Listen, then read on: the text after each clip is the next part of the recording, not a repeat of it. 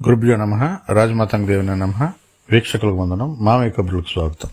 దేవి శ్రీప్రసాద్, మనం ముద్దుగా డిఎస్పీ అని పిలుచుకునే దేవి శ్రీప్రసాద్. ఈయన 1979 ఆగస్టు 2న ఎదురుపాక ఆంధ్రప్రదేశ్లో పుట్టారు. చిన్న వయసులోనే సంగీత ప్రపంచంలో అడుగుపెట్టి ఎన్నో మధురమైన గీతాలతో తెలుగు ప్రేక్షకులను ఉర్రూతొలగించాడు దేవి శ్రీప్రసాద్. 19 ఏళ్లకే తన సంగీతంతో శ్రోతలను నారించడం ప్రారంభించిన దేవి ఇప్పటి వరకు 100కు పైగా సినిమాలకు సంగీతాన్ని అందించాడు.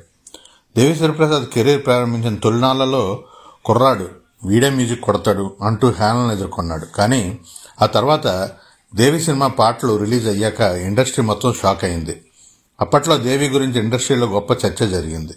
సంగీతానికి వయసు ముఖ్యం కాదు, జ్ఞానం ముఖ్యమని నిరూపించాడు దేవి శ్రీప్రసాద్. అయితే చాలా మంది అనుకున్నట్లుగా ఆ సినిమా టైటిల్ కారణంగా ఆయనకి ఆ పేరు రాలేదు.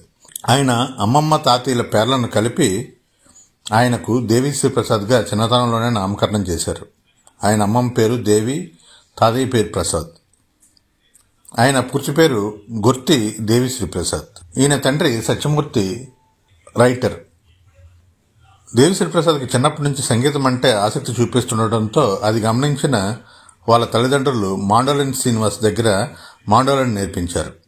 ఆ తర్వాత ఇండస్ట్రీలో మెలోడీ బ్రహ్మ మణిశర్మ దగ్గర శిష్యరకం చేశాడు.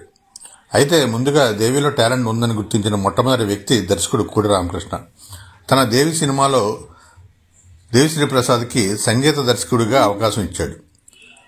అభిమానులందరూ రాక్ స్టార్గా పిలుచుకునే దేవి శ్రీప్రసాద్ సంగీత దర్శకుడిగానే కాకుండా గాయకుడిగా కూడా అలరించారు. ఇప్పటి వరకు 60కి పైగా పాటలు పాడారు. దాదాపు 30కి పైగా పాటలను సాహిత్యం అందించారు. ఇక ఆయన కెరీర్లో సంగీత దర్శకుడిగా చేసిన వర్షం, నువ్వొస్తానంటే నేనొద్దంటానా, బొమ్మరిల్లు చిత్రాలకు గాను ఫిల్మ్ఫేర్ అవార్డులు అందుకున్నారు. ఆయన పవర్ స్టార్ అత్తారింటికి దారేది సినిమాకి నంది అవార్డు అందుకున్నారు.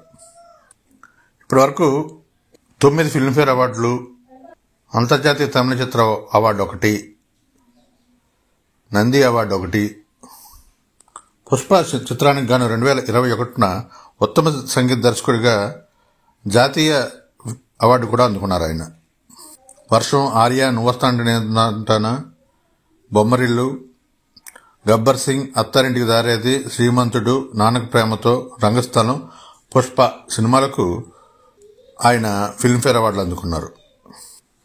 అత్తారింటి దారేది, లెజెండు, ఎవడు, సన్న సత్యమూర్తి, శ్రీమంతుడు చిత్రాలకు gamma Tollywood awards, Gulf Andhra music award కూడా అందుకున్నారు. ఆయన అతని ఎనర్జెటిక్ మ్యూజిక్ బీట్స్ మరియు ఎనర్జెటిక్ స్టేజ్ పెర్ఫార్మెన్స్ కారణంగా దేవి శ్రీప్రసాద్ మీడియాలో రాక్ స్టార్ లేదా రాక్ స్టార్ డిఎస్పీగా పిలువబడ్డారు. ఇలినాయిస్ రాష్ట్రం గవర్నర్ దేవి శ్రీప్రసాద్ని గౌరవించారు. అక్కడ గవర్నర్ పాట్ క్వీన్ తన అంతర్జాతీయ తొలి కచేరీలో భాగంగా ఇలినాయిస్లోని నౌ అరేనాలో ప్రదర్శనిస్తున్నప్పుడు 26 జూలై 2014ని దేవి శ్రీప్రసాద్ డేగా ప్రకటించారు. దేవి శ్రీప్రసాద్ తెలుగు సినిమాల్లో ఐకానిక్ ఐటెం నెంబర్స్ కంపోజ్ చేయడంలో పేరు తెచ్చుకున్నారు. ఆయన కంపోజ్ చేసిన ఐటెం సాంగ్స్లో జిగేల్ రాణి, ఆ అంటే అగ్మలాపురం, కెవ్వు కేక, ఆకలేస్తే అన్నం పెడతా, ఊ ఉంటావా, ఊహు అంటావా, ఇలా చాలా చాలా పాటలు జనాదరణ పొందాయి.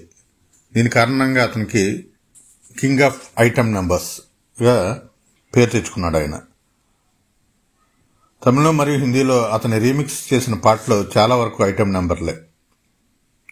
అతడు దర్శకుడు సుకుమార్తో 9 సినిమాలకు వర్క్ చేశాడు. ఆయన ఇళయరాజా సంగీతం మరియు మైకేల్ జాక్సన్ యొక్క ప్రదర్శన శైలి నాపై అత్యధికంగా ప్రభావం చూపిస్తున్నాయని దేవి తరచుగా ఒప్పుకుంటాడు.